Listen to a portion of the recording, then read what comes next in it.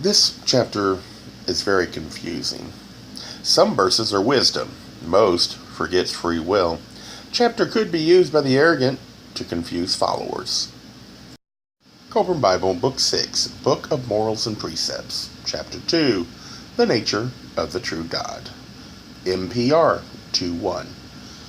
There is but one God, the High God, the Designer, the Creator and Ruler of the earth, and the Lord of the kingdoms of light and darkness, everlasting, all-powerful, and beyond the understanding of men, the great dweller in everlasting pregnant silence, unseeable, unknowable. MPR 2:2. By a command he created man, and in his indulgence permitted the gods to be fashioned.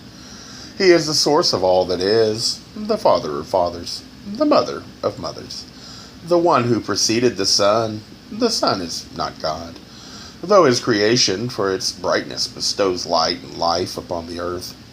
It gives warmth to the aged and quickens the child in its mother's womb. It nourishes the seed and calls forth the green growth. It is the instrument of the high God, his furnace fire of life.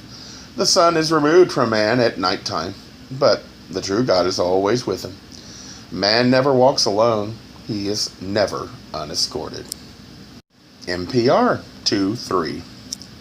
To this God alone give praise, self-created, maker of heaven and earth, founder of the kingdoms of light and darkness, the waters and the mountains.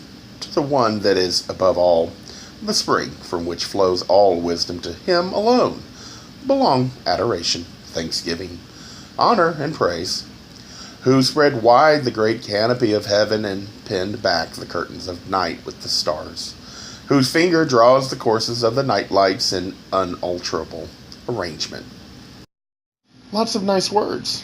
All speak to me. It's verse 2:3 that has one part that I consider dangerous. The words are not, but they can be twisted into be a danger. For people that are far too assured and rigid, and those that are going through a time of chaos that want that certainty.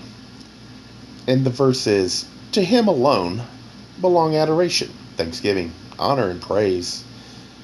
It implies abandonment of free will. It implies that this chapter must be the only path, that you must not disagree with any part of it or you will be rejecting God. Again, I agree with the description of God, only the abandonment of free will. These words are nice, and if they speak to you, take what has value. Make them your own. Live them. Let God judge you for your choices and your life. Live it as you see fit, and accept that only God can know if you follow the path he set out for you. Stay humble, and never demand others follow blindly.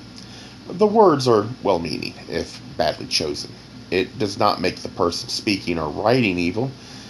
It just makes them flawed, because it leaves open an interpretation, and they fail to keep that in mind, that there's a future generation that might not be living during that time frame, and they might twist it to mean something else. It is what you do that matters. God will judge you. If your service on earth furthered his goals, let that be your legacy, not serving another's legacy blindly. Follow only if it speaks to you. If it doesn't, then follow your own path until you find a path with others to travel it down. It will take time, but God will bring them to you when you're ready. You must first know who you are to recognize in others those worth journeying for a time, and understand it may just be for a time. You might need to diverge to continue down your personal path, and that too is okay. It is ultimately your path, and it will always be yours to travel. They were just traveling their own path when it intersected yours. But it doesn't mean that that path will not cause some to diverge into a way for the rest. Mourn the absence, but relish the experience. It was a treat that God granted because you were ready. A lesson you had to learn. You learned it. Let others travel their own pace, and you move on.